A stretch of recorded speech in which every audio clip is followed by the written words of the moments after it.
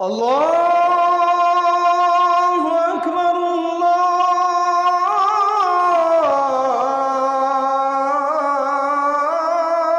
আল্লাহু আকবার।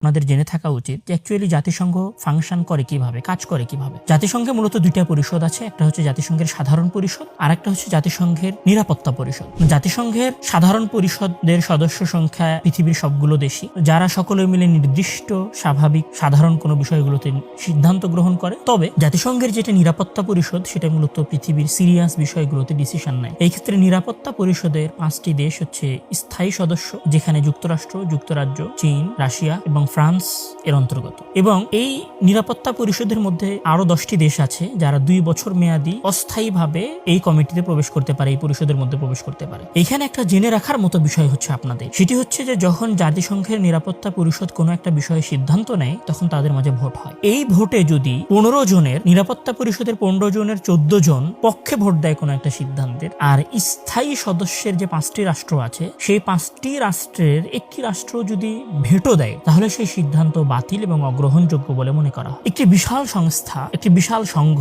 আসলে পুরো পৃথিবীর মানব জাতির জাতীয় সংঘ হিসেবে কি সার্ভ করতে পারছে, সেটার প্রশ্ন মূলত এখান থেকে উত্থাপিত হয়। নাকি আসলে জাতিসংঘ বা ইউনাইটেড নেশন বলে এখানেও এক প্রকার একনায়কতন্ত্র বাস্তবায়ন করা হয়েছে, নির্দিষ্ট কিছু দেশের একনায়কতন্ত্র। এবং এখানে যদি একটা উদাহরণ দিই, যে হয়তো কথাটা আমাদের পরেও আসতো কিন্তু এখন উদাহরণের মধ্যে আমরা নিয়ে আসতেছি, সেটা হচ্ছে যে 2023 সাল পর্যন্ত এবং ফিলিস্তিন রাষ্ট্র প্রতিষ্ঠা হওয়ার পর থেকে নিয়ে 50 বারেরও অধিক সময় বর্তমান পৃথিবীর পরাশক্তি ইসরায়েলের বিরুদ্ধে নিতে যাওয়া যে কোনো ডিসিশনের অপোজিশনে ভেটো দিয়েছে এবং 45 বারেরও বেশি ভেটো দিয়েছে। যেই ভেটো দেওয়ার কারণে কোনো সময় ইসরায়েলের বিরুদ্ধে কোনো আইনি ব্যবস্থা গ্রহণ করা যায় নাই। অর্থাৎ আমরা সারা পৃথিবীর সকল দেশগুলো মিলে যদি একটা সিদ্ধান্ত বাস্তবায়ন করতে চাই এবং কোনো স্থায়ী কমিটির কোনো একটা দেশ যদি সেটাতে ভেটো দেয় তাহলে সেই সিদ্ধান্ত বাস্তবায়ন হবে না। আসলে জাতিসংঘের মতো একটা বিশাল সংস্থার সাথে সংশ্লিষ্ট এরকম একটা নিয়ম আসলে হাস্যকর এবং মনে করি পুরো জাতির সাথে বিদ্রুপকরণের মতো একটা বিষয়। এরপরে যদি আমরা আসি যে আমরা যদি জাতিসংঘের সফলতা না, জাতিসংঘের বৃহৎ বৃহৎ ব্যর্থতার যে গল্প কথা আছে, যে গাহন আছে, সেগুলোর যদি আমরা একটু দুই একটা নমুনা আপনাদের সামনে পেশ করতে চাই, তার মধ্যে একটি হলো 1947 সালে যখন 29শে নভেম্বর জেনারেল অ্যাসেম্বলিতে নিরাপত্তা পরিষদে একটি ডিসিশন আসলো যে ফিলিস্তিনের মুসলিম এবং ইহুদিদের সমস্যা সমাধান করার জন্য 181 নামে একটা নতুন রেজুলেশন পাশ করা হলো। যে রেজুলেশনের মূল লক্ষ্য উদ্দেশ্য ছিল ইউএন পার্টিশন প্ল্যান, যেখানে ফিলিস্তিন এবং ইসরায়েলকে দুইটি আলাদা আলাদা রাষ্ট্রে ভাগ করা হয়েছে। এবং এই বিভাজনের সবচেয়ে যেটা আকর্ষণীয় অথবা আপনি বলতে পারেন মুসলিম জাতির সাথে বিদ্রুপমূলক একটা বিষয়, সেটা হচ্ছে যে যখন ফিলিস্তিনকে 2 ভাগে ভাগ করা হয় ইসরায়েল এবং ফিলিস্তিন নামে, তখন ইহুদিদের জনসংখ্যা হচ্ছে 33%, কিন্তু এই বন্টনে 65% এরিয়া বন্টন করা হয় ইহুদিদের জন্য, আর যারা 77% জনগণ তাদের জন্য বন্টন করা হয় 45%। এই সিদ্ধান্ত যখন গ্রহণ করা হয় তখন সিদ্ধান্তটি বাস্তবায়ন হয় 1948-এ। এই সিদ্ধান্ত বাস্তবায়ন হওয়ার পরে 14 মে ইসরায়েল এই সিদ্ধান্তটিকে গ্রহণ করে নেয় এবং মেনে নেয়, এবং আরব রাষ্ট্রগুলো এই সিদ্ধান্তের বিপরীতে গিয়ে আরব এবং ইসরায়েলের একটি যুদ্ধ সংঘটিত হয়। আমরা দেখেছি এবং সেই যুদ্ধের ইতিহাস আমরা জানি, হয়তো অন্য কোনো দিনের আলোচনায় আমরা সেটার কথা উল্লেখ করব। এখানে যেটা মূল বিষয় ছিল সেটা হচ্ছে যে জাতিসংঘ তার শুরুর দিকের নেওয়া একটা ডিসিশনে ইনসাফ, ন্যায়পরায়ণতা বজায় রাখতে পারেনি। যারা আমাদেরকে গণতন্ত্রের শিক্ষা দিয়েছে তারাই মূলত গণতান্ত্রিক উপায়টা এখানে বাস্তবায়ন করতে পারেনি। এবং তারপর ফিলিস্তিনে যা হয়েছে, বর্তমান গাজায় যা হচ্ছে, 50,000-এরও অধিক মানুষ গত 1.5 বছরে মারা গেছে, লক্ষ লক্ষ মানুষ বসত ভিটাহীন হয়েছে, হাজারো হাজারো শিশু পিতামাতাহীন হয়েছে, অসংখ্য শিশু শাহাদত বরণ করেছে। এইরকম নির্দয়, হৃদয় বিদারক, অসহনীয় দৃশ্য আমরা দেখতেছি। বোমের আঘাতে লাশ ছিন্ন ভিন্ন হয়ে আকাশে উড়ে যাওয়ার দৃশ্য আমরা দেখেছি। এই সকল দৃশ্যের মাঝেই মূলত জাতিসংঘের ব্যর্থতা, পৃথিবীর মানবতাবাদীদের মানবিক হওয়ার, মানবতার দাবি উত্থাপনের ব্যর্থতাই ফুটে উঠেছে। এটা তো গেল ইউনাইটেড নেশনের একটি ব্যর্থতা। আমরা যদি ইউনাইটেড নেশনের আরেকটি ব্যর্থতা আপনাদের সামনে আলোচনা করতে চাই, সেটি হচ্ছে যে 1990 সালের 2 আগস্ট যখন সাদ্দাম হোসেন কুয়েতের ওপরে অভিযোগ এনে হামলা চালালেন, 2টি অভিযোগ এনে, সেই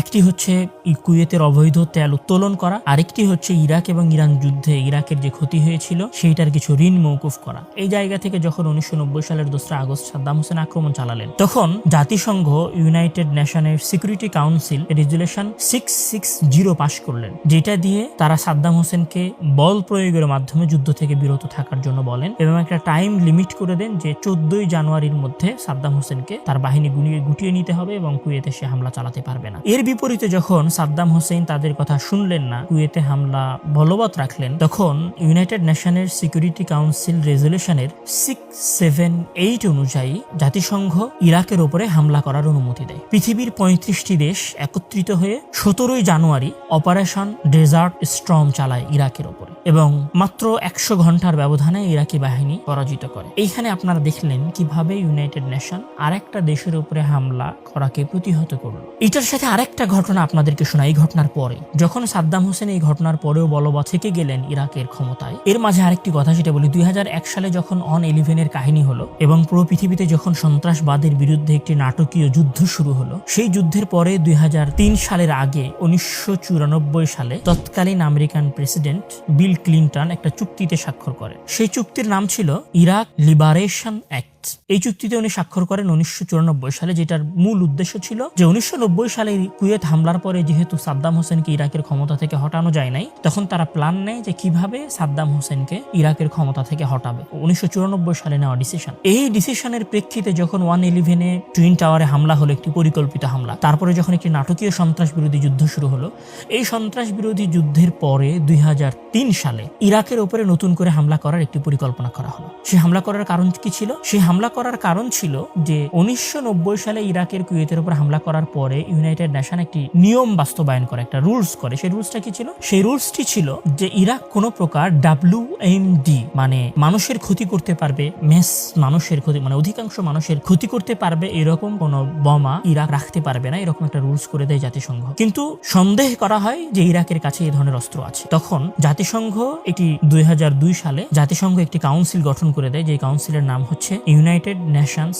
monitoring verification and inspection commission. এই কমিশন একটা তথ্য নিয়ে আসে যে ইরাকে WMD অর্থাৎ বিশালভাবে বা বিশাল সংখ্যক মানুষকে হত্যা করা যাবে এরকম কোন অস্ত্র আছে কিনা। পরে তারা একটা তথ্য জমা দেয় যে এই ধরনের অস্ত্র নেই। কিন্তু 2003 সালে জাতিসংঘের এই রিপোর্টকে উপেক্ষা করে তৎকালীন পাশ্চাত্য বিশ্ব ইরাকের উপরে 2003 সালে 20 মার্চ যুক্তরাষ্ট্র এবং ব্রিটেন এবং তার সম্মিলিত একটি শক্তি ইরাকের উপর হামলা চালায়, যে অপারেশনের তারা নাম দেয় অপারেশন ইরাক ফ্রিডম। এবং এই যুদ্ধের মাধ্যমে হাজার হাজার ইরাকি, লক্ষ লক্ষ ইরাকিকে নির্মমভাবে হত্যা করা হয়, বসত ভিটাহীন করা হয়, হাজারো হাজারো নরনারীর ইজ্জত মান সম্মানকে লুট করা হয়। এবং 9 এপ্রিল 2003 সালে পৃথিবীর ইতিহাস এবং ইসলামের ইতিহাসের এক ঐতিহ্যের নগরী বাগদাদের পতন ঘটে এবং এর বিপরীতে 13 ডিসেম্বর 2003 সালে সাদ্দাম হোসেন গ্রেফতার হন। এবং এইভাবেই এই ঘটনার মাধ্যমেই মুসলিম বিশ্বের একটি অন্যতম শক্তিশালী রাষ্ট্র, একটি সুন্নি রাষ্ট্র একটি ধ্বংসস্তূপে পরিণত হয়, কালো অন্ধকারের মধ্যে ডুবে যায়। যেই যুদ্ধকে ইউনাইটেড নেশন বন্ধ করার জন্য কোনো কার্যক্রম গ্রহণ করতে পারেনি, যদিও বা তারা কুয়েত যুদ্ধ বন্ধ করার জন্য কার্যক্রম গ্রহণ করেছিল। এবং ইরাক যুদ্ধ বন্ধ করার জন্য তারা কোনো সিদ্ধান্ত না নিয়ে বরং ইরাকের উপরে স্যাংশন দিয়ে অর্থনৈতিকভাবে ইরাককে পঙ্গু করার চেষ্টা করে।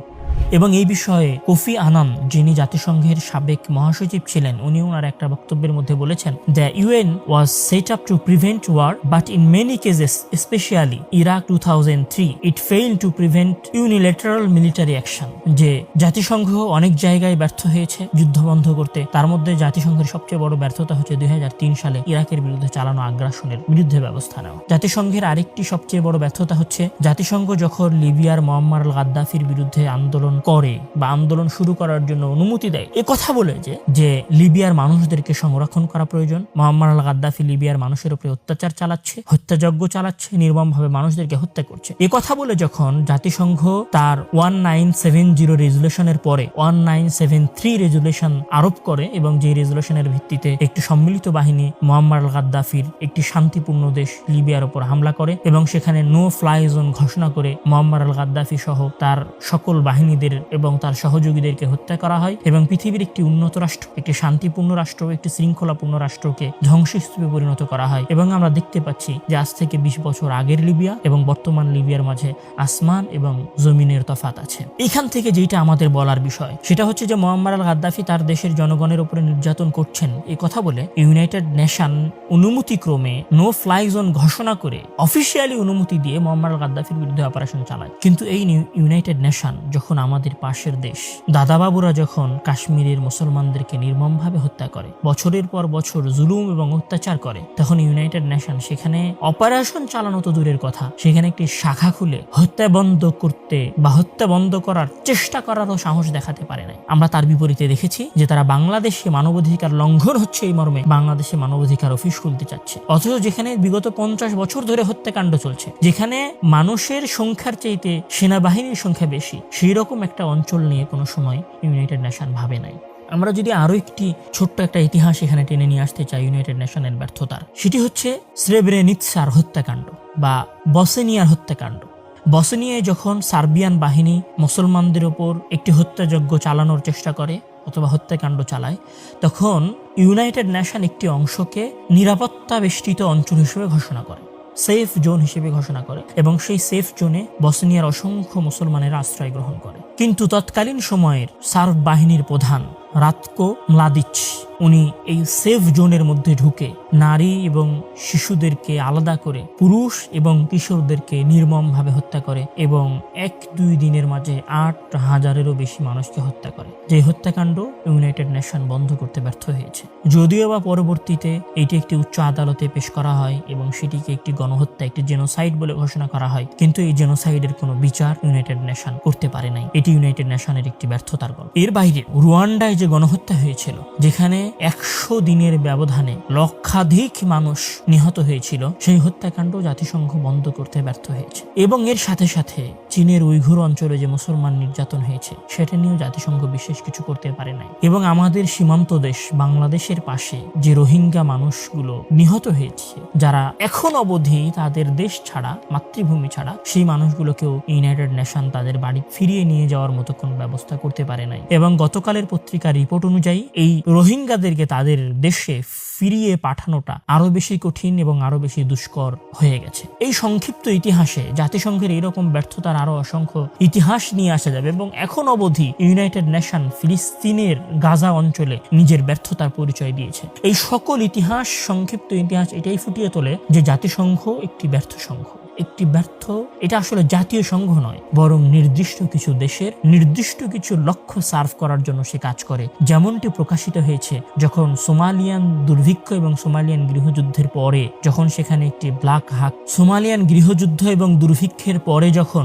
সেখানে একটি ঘটনা প্রকাশিত হয় 1993 সালের, যেটাকে পৃথিবীর ইতিহাসে ব্ল্যাক হাক ডাউন নামে পরিচিত। এই ঘটনার মাধ্যমে এটাই প্রকাশিত হয় যে ইউনাইটেড নেশন নির্দিষ্ট একটি দেশের লক্ষ্য এবং উদ্দেশ্য সার্ভ করতেছে। এবং এখানে আরো একটি জেনে রাখার বিষয় যে নেপাল ইউনাইটেড নেশনের অফিসের কার্যক্রমকে বাতিল বলে ঘোষণা করেছে এবং ভেনেজুয়েলা নামে যে রাষ্ট্রটি ছিল, সেই রাষ্ট্র ইউনাইটেড নেশনের কার্যক্রমকে তার দেশে একটি কলোনিয়াল কার্যক্রম হিসেবে ঘোষণা করার মাধ্যমে ইউনাইটেড নেশনের কার্যক্রম তাদের দেশে বন্ধ করেছে। এগুলো সব জাতিসংঘের ব্যর্থতার ইতিহাস। এই ব্যর্থতার ইতিহাসের মাঝে আমাদের কি শেখার আছে? এই ব্যর্থতার ইতিহাসের মাঝে আমাদের শেখার আছে যে আমরা এটাকে যত বড় সংঘই মনে করি না কেন, তারা পৃথিবীর ইতিহাসে কোনোদিন কোথাও বিশেষ কোনো কিছু করতে পারে নাই। হ্যাঁ, ততটুকু করতে পেরেছে যতটুকু তাদের ওই নিরাপত্তা পরিষদের স্থায়ী কমিটির 5টা দেশ চেয়েছে, ততটুকুই তারা করতে পেরেছে। এর বাইরে তারা কিছু করতে পারেনি। সুতরাং এই ধরনের একটা সংঘের বাংলাদেশে অফিস হলে সেইখান থেকে বাংলাদেশ বিশেষ কোনো কিছু হাসিল করবে, বিষয়টি একটি হাস্যকর, একটি বিদ্রুপমূলক বিষয় এবং একটি অলি কল্পনা মাত্র যে তারা আমাদের দেশে তাদের অফিস করার মাধ্যমে আমাদেরকে কোনো হেল্প করতে পারবে। প্রথমত তো আমাদের হেল্প করার মতো কিছু নেই, আর দ্বিতীয়ত তাদের ইতিহাসে মুসলিমদেরকে হেল্প করার মতো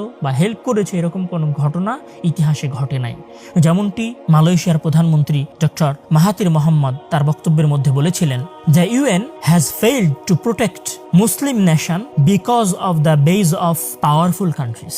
উনি বলেছিলেন যে ইউনাইটেড নেশন, জাতিসংঘ মুসলমানদেরকে নিরাপত্তা দিতে ব্যর্থ হয়েছে পৃথিবীর অন্যান্য শক্তিশালী রাষ্ট্রগুলোর কারণে। এবং আমি এখানে ওনার এই কথার সাথে আরো একটি কথা এড করে দিতে চাই, যেটা বর্তমান আমেরিকার প্রখ্যাত ইতিহাসবিদ নম চমস্কি বারবার বলেছেন, দ্য ইউএন অর্থাৎ United Nation is as powerful or as weak as the United States wants it to be. অর্থাৎ ইউনাইটেড নেশন বা জাতিসংঘ এর আসলে নির্দিষ্ট এবং নিজস্ব কোনো ক্ষমতা নেই। কোন একটা রাষ্ট্রের ক্ষমতার উপরে বেসিস করে সে কাজ করতে পারে। সম্মানিত দর্শক ও শ্রোতা মণ্ডলী, এই বক্তব্যে আমি আপনাদেরকে এটাই বলতে চেয়েছি, এই সংবাদ দিতে চেয়েছি শুধু বাংলাদেশের জনগণকে নয়, বাংলাদেশের শাসক গোষ্ঠীকে এবং সকল মানুষকে, যে জাতিসংঘ আপনাদের জন্য কোনোভাবেই কোনো দৃষ্টিকোণ থেকেই আশীর্বাদ নয়। পৃথিবীর ইতিহাসে এরা কোনোদিন মুসলিমদের জন্য আশীর্বাদ হয় নাই, এরা বাংলাদেশের জন্য আশীর্বাদ প্রতিবাদ নয়, বাংলাদেশের জন্য কোনো অনুগ্রহ নয়, বরং বাংলাদেশের জন্য একটি বিপদের অশনি সংকেত। সময় থাকে এই অশনি সংকেতকে প্রতিহত করুন, এদের অফিস বন্ধ করুন, এদের কার্যক্রম বাংলাদেশে বন্ধ করার দাবি উত্থাপন করুন। আল্লাহ তাআলা আমাদের দেশকে, আমাদের দেশের সীমানাকে, আমাদের দেশের মানুষকে নিরাপত্তা দান করুন। আল্লাহুম্মা আমিন। আখিরু দাওয়ানা আলহামদুলিল্লাহি রাব্বিল আলামিন। আসসালামু আলাইকুম ওয়া রাহমাতুল্লাহি ওয়া বারাকাতুহু।